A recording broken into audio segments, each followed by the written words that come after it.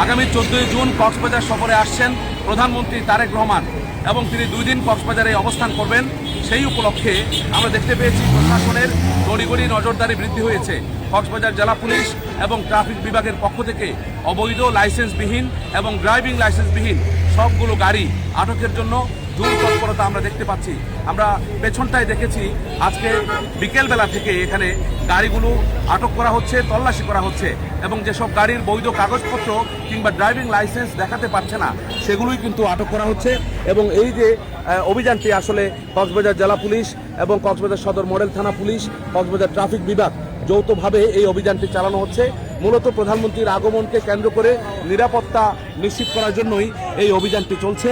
আমরা দেখেছি কক্সবাজার শহরের বিভিন্ন জায়গায় এই অভিযানটি অব্যাহত রয়েছে এবং জেলা পুলিশের পক্ষ থেকে জেলা police super M Sajidur Rahman তিনি জানিয়েছেন এই অভিযানটি অব্যাহতভাবে চলমান থাকবে।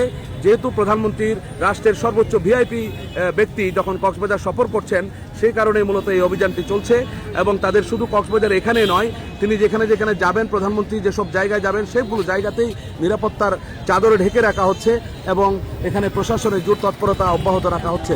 আমরা যতটুকু জেনেছি কক্সবাজার পর্যটন নগরী, এখানে দেশি বিদেশি পর্যটকরা আসেন সবসময়। এখন ঈদ পরবর্তী সময়ে পর্যটক মৌসুম, পর্যটনের জন্য এখানে খুব গুরুত্বপূর্ণ একটি সময় অতিবাহিত হচ্ছে। ফলে কক্সবাজার সদর মডেল থানার অফিসার ইনচার্জ শেখ মোহাম্মদ আলী, তার সাথে আমাদের কথা হয়েছে। তিনি জানিয়েছেন জেলা পুলিশ এবং ট্রাফিক বিভাগ যৌথভাবে তাদের সমন্বয়ে মূলত এই গাড়িগুলো তল্লাশি হচ্ছে। সবগুলো গাড়ির কাগজপত্র ঠিক আছে কিনা সেগুলো দেখা হচ্ছে এবং কাগজপত্র ঠিক থাকলে ড্রাইভিং লাইসেন্স আছে কিনা সেটিও দেখা হচ্ছে। আর যদি কোনো কাগজপত্র ঠিক নাই এবং ড্রাইভিং লাইসেন্স নাই তখনই মূলত তারা ব্যবস্থা নিচ্ছেন, গাড়িগুলো আটক করা হচ্ছে, জব্দ করা হচ্ছে এবং তাদের বিরুদ্ধে প্রয়োজনীয় ব্যবস্থা নেওয়া হচ্ছে, এমনটি আমরা দেখতে পাচ্ছি। অন্যদিকে কক্সবাজারে মূলত এটি পর্যটন অঞ্চল, এখানে দেশের প্রধান বিনোদন কেন্দ্র বলা হয়ে থাকে।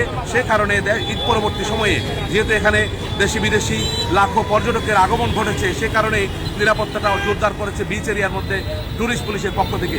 সেখানেও কিন্তু ব্যাপকভাবে তারা তল্লাশি চালাচ্ছেন এবং ট্যুরিস্টদের নিরাপত্তায় কাজ করছেন আলাদা আলাদাভাবে। জেলা প্রশাসনের পক্ষ থেকে পর্যটন সেলের ম্যাজিস্ট্রেটরাও কাজ করছেন। সব মিলিয়ে ট্রাফিক বিভাগের এই যে একটি কৌশলগতভাবে সিদ্ধান্ত, বিশেষ করে গাড়ির যেসব গাড়ির কাগজপত্র নাই, ড্রাইভিং লাইসেন্স নাই, সেই গাড়িগুলোর ব্যবস্থা নেওয়া হচ্ছে। অন্যদিকে বিভিন্ন জায়গায় প্রশাসনের পুলিশের চোখ ফাঁকি দিয়ে অনেকেই কিন্তু কাগজপত্রবিহীন গাড়ি চালাচ্ছেন, সেটিও আমরা লক্ষ্য করেছি। তাদের বিরুদ্ধে ব্যবস্থা নেওয়ার প্রাক্কালেই মূলত তারা কৌশলে এই জায়গা থেকে পালিয়ে যেতেও আমরা দেখেছি। সব মিলিয়ে কক্সবাজারে এখন আইনশৃঙ্খলা বাহিনী কড়া নজরদারি, নিরাপত্তা জোরদার করেছে। আমরা অন্যদিকে খবর পেয়েছি র্যাবের পক্ষ থেকেও আলাদা আলাদাভাবে চেকপোস্ট বসানো হয়েছে। অর্থাৎ কক্সবাজার জেলার এখন নিরাপত্তার চাদরে ঢেকে রাখা হচ্ছে। আগামী 14 জুন প্রধানমন্ত্রী তারেক রহমান কক্সবাজার সফরে আসছেন, সেই কারণে মূলত নিরাপত্তা, আইন শৃঙ্খলার উপরে ব্যাপকভাবে নজরদারি বৃদ্ধি করা হয়েছে। এটি আমাদের কাছে কক্সবাজারের সর্বশেষ খবর।